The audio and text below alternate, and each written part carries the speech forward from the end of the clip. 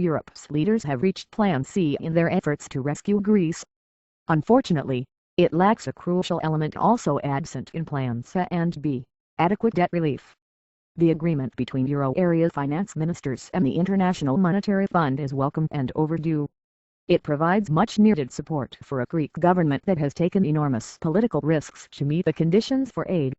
It also puts an end to weeks of bickering between Europe and the IMF over how to cover Greece's funding shortfall, a delay that had threatened to undermine faith in the bailout program, even among Greeks who believe in making the changes and sacrifices demanded.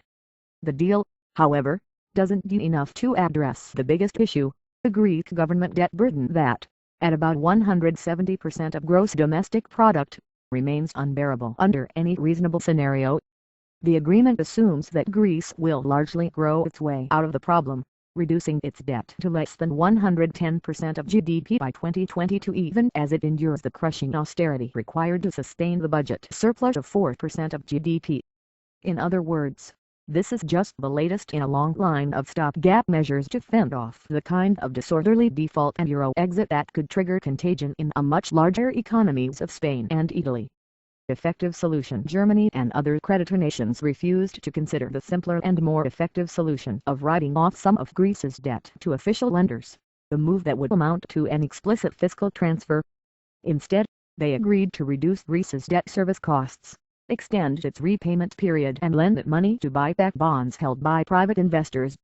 Taken together, these measures are supposed to amount to debt relief equivalent to about 20% of GDP by 2020. The IMF, for its part, relaxed its previous requirement that Greece get its debt down to 120% of GDP by 2020. The contortions might be necessary to help the deal get through the various national parliaments that must ratify it, but they could extract a higher price down the road. Some euro area countries, for example, will now be paying more to borrow money than they receive in interest from Greece. That's a fiscal transfer by sleight of hand, as if the 10-year extension of some debt maturities and a repayment holiday on loans that the European Union and the IMF pledged earlier this year. Perversely, much of the burden will fall on countries that are also in economic trouble. Italy and Spain, for example, will have to pay Greece for the privilege of lending to it, because their financing costs are higher than the reduced interest rate at which Greece will borrow. The debt buyback from private investors, too, promises to be problematic. The idea is that the low market price of Greece's debt creates an opportunity to retire it on the cheap, by borrowing new money to buy old bonds. If, for example, Greece can buy back its bonds at 33 cents per euro of face value, it can get rid of about €3 in debt for each new euro it borrows. Problem is, the price of the bonds tends to rise as markets come to expect the buyback, eroding the benefits to Greece. The country's 10-year bonds currently trade at almost 36 cents on the euro, up from about 31 cents in early October. In a ham-handed attempt to ensure the buyback's benefits, the bailout agreement stipulates that Greece can't pay more than the closing price of its bonds on November 23. As a result, the government might not be able to find investors willing to sell their bonds at its offered price, an outcome that could jeopardize the release of the IMF's €43.7 billion share of the bailout money, which is contingent on the completion of the debt buyback.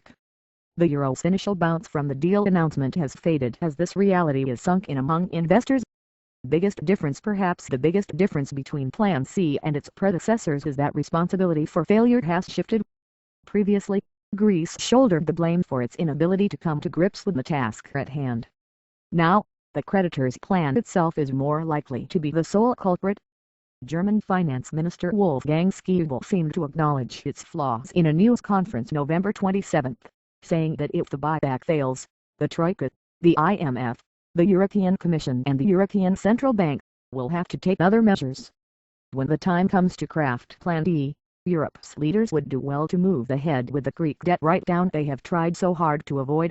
If, for example, they cut the government's debt in half, and if its market borrowing cost could be brought down to about 5%, Greece could hold its debt burden steady by running a primary budget surplus excluding interest payments of roughly 1.5% of GDP, well within the range of what it has been able to achieve in the past. The upfront costs would be greater, but so would the chances of success. Read more opinion online from Bloomberg View. Subscribe to receive a daily email highlighting new View editorials, columns and Opus Ed articles. Today's highlights: the editors on Mohamed Mursi flirtation with tyranny in Egypt, Margaret Carlson on Hillary Clinton's next move, Clive Crook on why the UK must remember it needs the EU, Peter Arsad on why vague proposals to limit tax deductions won't work, Gas Arsenstein on the behavioral economics of Christmas consumption, Richard Vedder on the evolving private-state federal university,